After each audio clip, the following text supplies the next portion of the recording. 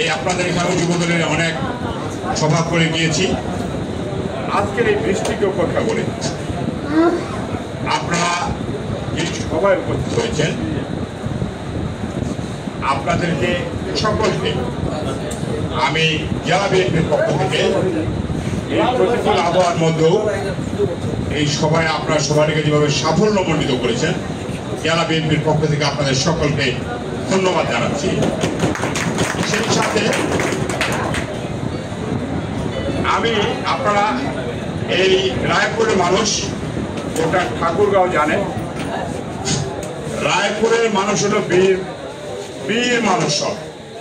আপনারা বিগত দিনে নির্বাচন প্রতিহত করতে গিয়ে ব্যাপক বীরত্বের পরিচয় দিয়েছেন। রায়পুরের মানুষকে গোটা বাংলাদেশের বিএনপি কখনো ভুলতে পারবে না। এটাই হলো কারণ, এটাই হলো তাদের গাত্রদাহের মূল কারণ। তাই আপনাদের কাছে অনুরোধ, তাদের এই ষড়যন্ত্রে পা না দিয়ে আমরা কাঁধে কাঁধ মিলিয়ে নিজেদের মধ্যে ঐক্যবদ্ধ থেকে আগামী নির্বাচনে, ভাই এখানে একটা জিনিস বলে রাখি, 17 বছরের ইতিহাসকেও ভুলিয়েন না, 17 বছরের কষ্টটাকে ভুলে যাইয়েন না।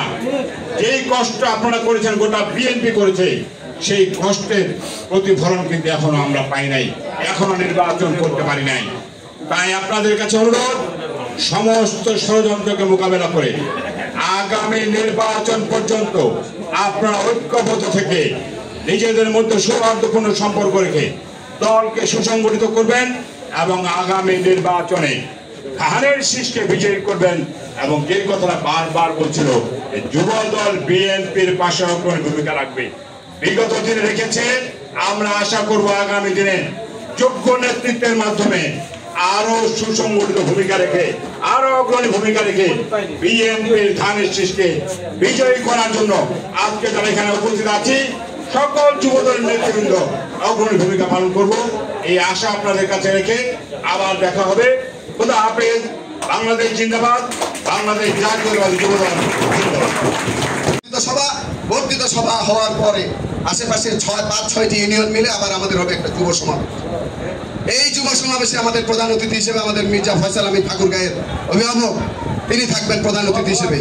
এবং এভাবে 4টা স্পটে হবে আমাদের যুব সমাবেশ। এরপর গোটা ঠাকুরগাঁও 1 আসনে, একটু শুনতে হবে সবাইকে, গোটা ঠাকুরগাঁও 1 আসনে আবার একটি যুব সমাবেশ হবে শহরে।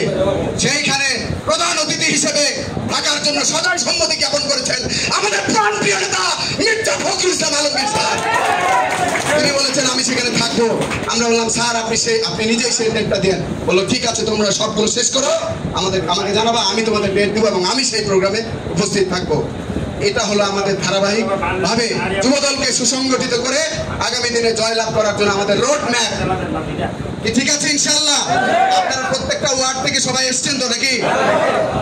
আচ্ছা, 1 নম্বর ওয়ার্ডে কয়জন আসেন হাত তুলে দেখান তো।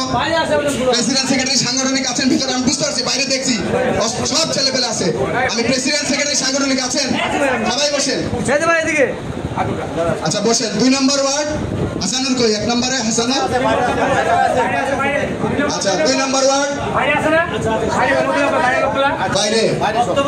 প্রেসিডেন্ট সেক্রেটারি সাংগঠনিক আছেন তো? 3 নম্বর ওয়ার্ড অদররা কোথায় আছে? অকর সবাই আছে? 3 নম্বর ওয়ার্ড। 4 নম্বর ওয়ার্ড ঠিক আছে। 5 নম্বর ওয়ার্ড বসেন, ধন্যবাদ। 6 নম্বর ওয়ার্ড বসেন। 7 নম্বর ওয়ার্ড পেছনের দিকে, 7 নম্বর বসেন। 8 নম্বর ওয়ার্ড সবাই কি বাইরে? বাইরে থাকলে একটু আওয়াজ দেন জোরে। 8 নম্বর ওয়ার্ড বাইরে। আচ্ছা 9 নম্বর ওয়ার্ড ধন্যবাদ, বসেন। যাই হোক, আমাদের যে পরিকল্পনা ছিল সুন্দরভাবে প্রত্যেকটি ওয়ার্ড আলাদা আলাদা করে বসা, এবং কমিটি যেভাবে উনি ব্যাখ্যা দিয়েছেন যে আমরা প্রত্যেকটি ওয়ার্ড যে গ্যাপগুলো ছিল, আমাদের উদ্দেশ্য ছিল এটাই যে প্রতিটা ওয়ার্ড যেখানে গ্যাপ থাকবে প্রত্যেকটা পূরণ করে তারপর আমরা ইউনিয়নে বর্ধিত সভা করব, এবং এই ইউনিয়নকে সুসংগঠিত করার পরে আমরা যুব সমাবেশ করব হলো আপনার এই রোড অঞ্চলের এই পাশে যে কোনো একটা স্পটে, পরে আমরা জানিয়ে দেবো। আমি ব্যক্তিগতভাবে আপনাদেরকে ধন্যবাদ জানাচ্ছি। আমাদের প্রধান অতিথি এখানে এসেছেন, ওনার কাছে আমরা মূল্যবান বক্তব্য শুনবো এবং উনি অনেক শ্রুতিমধুর বক্তব্য প্রদান করেন। আমরা ওনার বক্তব্য এখানে শুনবো। সেই সাথে আপনাদের সকলের একটা সরব উপস্থিতিতে এবং আগামী দিনে যে নির্বাচন আছে সেই নির্বাচনের প্রস্তুতি ছাড়ার জন্য যে প্রাথমিক কাজটি সেটি আপনারা সেরেছেন, এজন্য আমি আমার জেলা যুব দলের পক্ষ থেকে আপনাদের আন্তরিক ধন্যবাদ জ্ঞাপন করছি।